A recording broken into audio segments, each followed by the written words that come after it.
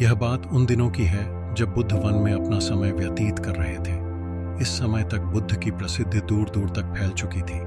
बहुत दूर दूर से लोग अपनी चिंताओं और परेशानियों का समाधान हेतु बुद्ध के पास आते थे। ऐसे ही एक दिन जब बुद्ध वन में अपने शिष्यों को प्रवचन दे रहे थे, तभी एक अधेड़ उम्र का व्यक्ति अपने नौजवान पुत्र को अपने साथ लिए बुद्ध की तरफ चला आ रहा था। जब यह प्रवचन स्थल के पास पहुंच गए तो बुद्ध ने एक नज़र उन पर डाली और इशारे से बैठने के लिए कहा। जब प्रवचन समाप्त हो गए और सभी लोग वहां से चले गए तो बुद्ध ने उस व्यक्ति को अपने पास बुलाया और बैठने के लिए कहा। वह चारों तरफ हरियाली छाई हुई थी, मौसम बहुत सुहाना था और तरह तरह के पक्षियों की आवाज़ें गूंज रही थी। ऐसा नज़ारा देखकर उस व्यक्ति को अंदर से असीम शांति महसूस हो रही थी। इसके बाद बुद्ध ने उस व्यक्ति से आने का कारण पूछा तो इस पर व्यक्ति ने कहा, तथागत में 2 दिन की लंबी यात्रा करके अपने पुत्र को आपसे मिलवाने लाया हूँ। यह मेरा इकलौता पुत्र है और यह हर समय थका थका रहता है। ऐसा लग करता है जैसे इसके अंदर कोई जान ही ना हो। इसका स्वभाव भी काफी चिड़चिड़ा अरसा हो गया है। अगर हम इससे कुछ भी कहते हैं तो यह हमारी छोटी छोटी बातों पर गुस्सा हो जाता है। इसके देखने की क्षमता भी उम्र से पहले ही कमजोर हो गए हैं और इसके बाल भी सफेद पड़ने लगे हैं। इतनी कम उम्र में इतनी बड़ी उम्र का लगना मुझे तो कुछ समझ नहीं आ रहा है। तथागत, मैं अपने पुत्र के स्वास्थ्य को लेकर बहुत चिंतित हूँ। जब मैं अपने पुत्र को बेड जी के पास लेकर गया तो उन्होंने कुछ औषधि दी और कहा, अपने पुत्र को तनाव कम लेने के लिए कहो।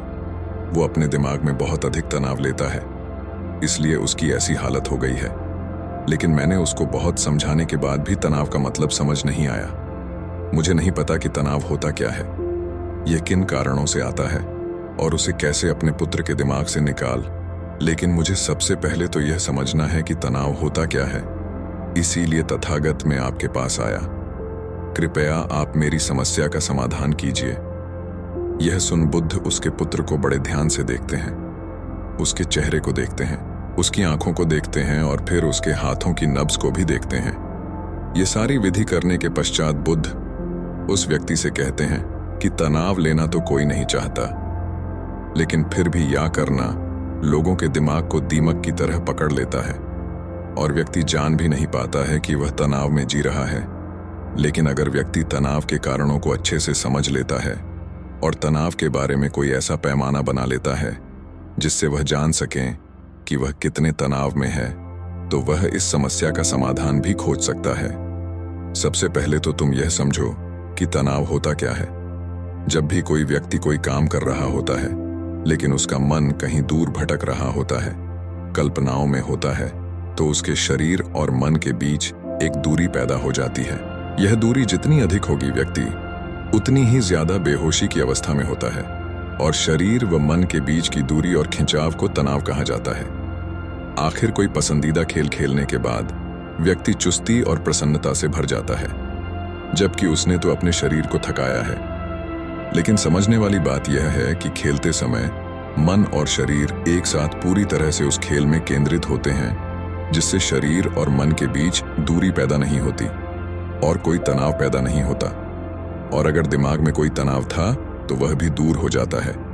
लेकिन इसके विपरीत जब हम कोई ऐसा काम कर आते हैं जो हमें पसंद नहीं है, तो हमारा शरीर तो उस काम को कर रहा होता है, लेकिन हमारा मन कहीं दूर कल्पनाओं में भटक रहा होता है, जिससे शरीर और मन के बीच एक दूरी पैदा हो गई और तनाव ने जन्म ले लिया। इसीलिए व्यक्ति को एक समय पर सिर्फ एक ही काम करना चाहिए और अपने तन और मन की सारी शक्ति उसी एक काम पर लगा देनी चाहिए, जिससे व्यक्ति के अंदर तनाव पैदा ही ना हो। इसके बाद बुद्ध ने कहा, तनाव पैदा होने के मुख्य 8 कारण होते हैं और जिसने इन कारणों को समझ लिया वह जीवन भर तनाव मुक्त रह सकता है।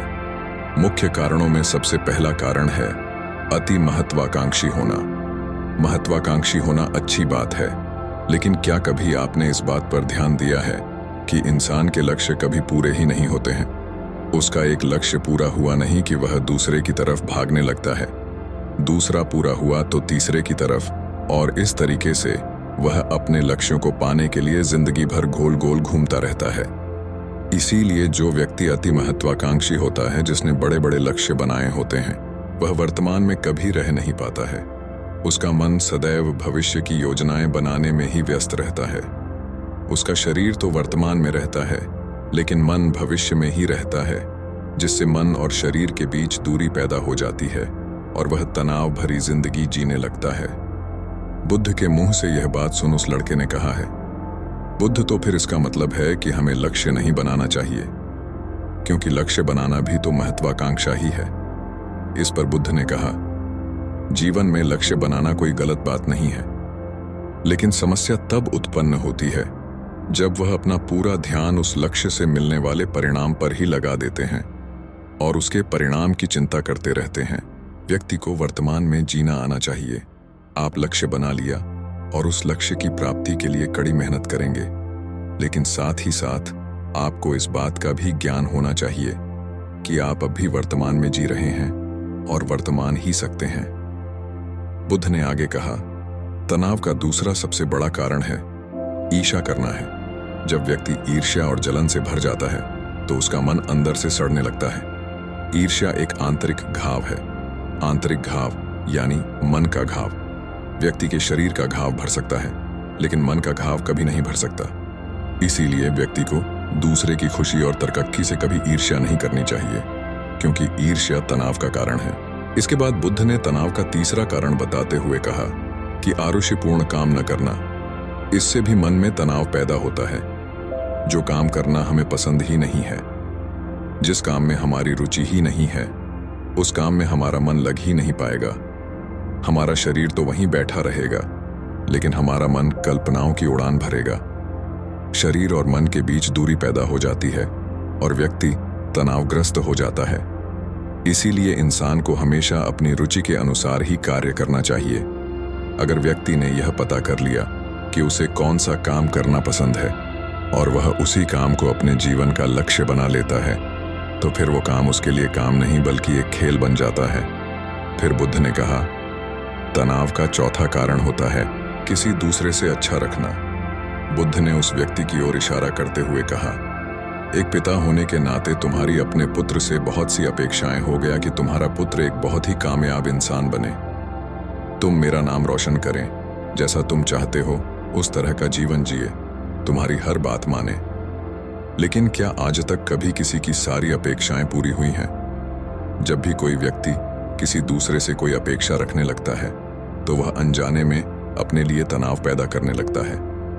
जरा सोचो कि अगर तुम्हारा बेटा तुम्हारे अनुसार काम नहीं कर रहा है और वो नहीं बन पा रहा है जो तुम उसे बनाना चाहते हो, तो निश्चित रूप से तुम्हारे दिमाग को तनाव में पकड़ लेगा। तुम तनाव से भरा जीवन जीना शुरू कर देंगे और इस तनाव के बस में आकर तुम्हें ऐसा व्यवहार करेंगे, ऐसी बातें करूंगा कि तुम्हारा अपने पुत्र के साथ संबंध और भी खराब होता चला जाएगा। इसीलिए व्यक्ति को जितना हो सके उतनी कम अपेक्षाएं दूसरों से रखनी चाहिए, और अगर पूरी तरह से तनाव मुक्त रहना है तो दूसरों से अपेक्षा रखना ही बंद कर दो। इसके बाद बुद्ध ने कहा कि शारीरिक कष्ट भी इंसान के तनाव का एक कारण होता है। जब व्यक्ति किसी शारीरिक पीड़ा से गुजर रहा होता है तो उसका पूरा ध्यान अपने उस शारीरिक दर्द पर होता है और वह पूरे दिन बस उसी के बारे में सोचता रहता है, जिससे उसका मन दुख के बीच चारों से भर जाता है और ऐसी स्थिति में व्यक्ति तनावग्रस्त रहने लगता है। यह सुन उस व्यक्ति ने कहा कि हे बुद्ध, शारीरिक दुख तो किसी भी व्यक्ति को हो सकता है, तो फिर क्या हुआ, व्यक्ति जीवन भर तनाव में ही जिएगा? इसका जवाब देते हुए बुद्ध ने कहा कि इंसान को यह बात समझनी चाहिए कि हमारा जीवन दुखों का आधार है। जैसे जैसे हमारा जीवन आगे बढ़ता है, इसमें दो खाते हैं, बीमारियां आती हैं और फिर अंत में मृत्यु भी आती है। तो बीमारियां इंसान के जीवन का अभिन्न अंग है, कोई इनसे बच नहीं सकता। बस किसी किसी के जीवन में यह समय से पहले आ जाती है तो किसी के बाद में आती है। जब इंसान का मन इस बात को अच्छे से समझ लेगा तो फिर वह अपनी बीमारी के बारे में सोच सोचकर ज्यादा तनाव नहीं लेगा, क्योंकि यह हमारे जीवन का अभिन्न हिस्सा है और इसके लिए व्यक्ति को शारीरिक रूप से भी अभ्यास करते रहना चाहिए। अपने जीवन में व्यायाम और स्वस्थ जीवन शैली को भी जगह देनी चाहिए ताकि उसका शरीर लंबे समय तक निरोगी रहकर सही से काम कर सके। तनाव का अगला कारण होता है अपनी योजनाओं को समझने के लिए समय न देना।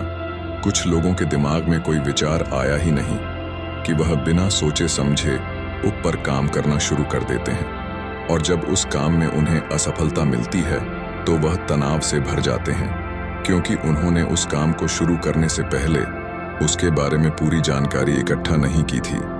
इंसान को कोई भी काम शुरू करने से पहले उसके अच्छे और बुरे परिणामों के बारे में ठीक से सोच विचार कर लेना चाहिए। इंसान को इस बारे में भी सोच लेना चाहिए कि अगर यह योजना सफल नहीं हुई तो फिर इसके बाद मैं क्या करूंगा। इसलिए व्यक्ति को अपनी योजनाओं को ठीक से समझने के लिए पूरा समय देना चाहिए। बाद में उस योजना की वजह से तनाव पैदा ना हो। तनाव का 7वां सबसे बड़ा कारण है टाल मटोल करना। आज के काम को कल पर टालना। आप लोगों ने यह कहावत तो सुनी होगी कि आलस्य इंसान के शरीर का सबसे बड़ा शत्रु है। इंसान आलस्य की वजह से आज के काम को कल के लिए टाल देता है, और फिर काम को टालना उसकी आदत बन जाती है। काम को कल पर टालने वाले व्यक्ति का काम कभी भी समय पर पूरा नहीं हो पाता है, और अगर किसी तरह से पूरा हो भी जाता है तो वह उतना अच्छा नहीं हो पाता है जितना अच्छा उसे किया जा सकता था, और फिर यह बात व्यक्ति के अंदर तनाव पैदा करती है। लेकिन काम को टालने या काम को एकदम अंत समय पर करना एक आदत है, इसीलिए व्यक्ति ना चाहते हुए भी बार बार अपनी इस आदत का शिकार बन जाता है और काम को टालता रहता है। और फिर जब काम की समय सीमा पास आ जाती है तो वह तनाव से भरकर काम को पूरा करने का प्रयास करता है। इसीलिए तनाव मुक्त रहने के लिए व्यक्ति को काम को टालने की आदत छोड़नी पड़ेगी, और यह तभी संभव है जब व्यक्ति काम को समय से पहले खत्म करने का निश्चय करें। सबसे आखिरी और सबसे प्रमुख कारण जो तनाव का होता है वह है ज्यादा सोचना। लगातार सोचते रहना भी एक बीमारी है, और यह उस व्यक्ति में सबसे ज्यादा पाई जाती है जो सिर्फ कल्पना करता है, जो अतीत की घटनाओं और भविष्य की बातों के बारे में सोचता रहता है, जो बेवजह के अनुमान लगाता रहता है। इसीलिए व्यक्ति को ज्यादा सोचने की आदत पर लगाम लगाना चाहिए। इसके लिए जितना हो सके खुद को काम में व्यस्त रखना चाहिए, और हर दिन ध्यान का अभ्यास करने को अपने जीवन का हिस्सा बना लेना चाहिए। बुद्ध के मुंह से यह सारी बातें सुनकर उस व्यक्ति ने हाथ जोड़कर कहा, बुद्ध, मेरा पुत्र तो अभी मात्र 20 वर्ष का ही है, और इसमें अभी इतनी समझ भी नहीं है कि यह आपकी बताई सारी बातों का एक साथ पालन कर सकें। आप कृपया करके तनाव मुक्त रहने का कोई आसान सा तरीका बता दें, जिससे मैं बेटा उसका अनुसरण भी कर सके और तनाव मुक्त भी रह सके। उस व्यक्ति की यह प्रार्थना सुन बुद्ध ने कुछ सोचते हुए जवाब दिया, अगर तुम इतनी सारी बातों का पालन नहीं कर सकते हैं तो इसके लिए एक बहुत ही आसान विधि है। तुम एक बार में एक काम को करने पर ध्यान लगाओ। जो भी काम कर रहे हो उस समय पर सिर्फ उसी काम को कर, सिर्फ उस पर ही अपना पूरा ध्यान लगाओ। और अगर तुम्हारा मन इधर उधर भटक जाता है तो जैसे ही तुम्हें याद आए उसे वापस फिर उसी काम में लगा। तो ये सबसे आसान और अच्छा तरीका है तनाव मुक्त रहने का। जब तुम भोजन करो तो समय सिर्फ भोजन ही करो, उसके पूरे स्वाद का आनंद लो, उसका अनुभव करो। जब चलो तब अपना पूरा ध्यान सिर्फ चलने में ही लगा दो। इससे तुम्हारा मन और तुम्हारा शरीर दोनों एक जगह पर केंद्रित रहेंगे। दोनों के बीच दूरी पैदा नहीं होती है, जो कि तनाव का मुख्य कारण होती है। इसीलिए जहां तक संभव हो सकेगा एक समय पर सिर्फ एक ही काम करने का प्रयास करें, वह भी पूरे ध्यान के साथ। दोस्तों, आशा करता हूं कि आपको इस कहानी से काफी कुछ सीखने को मिला होगा। धन्यवाद।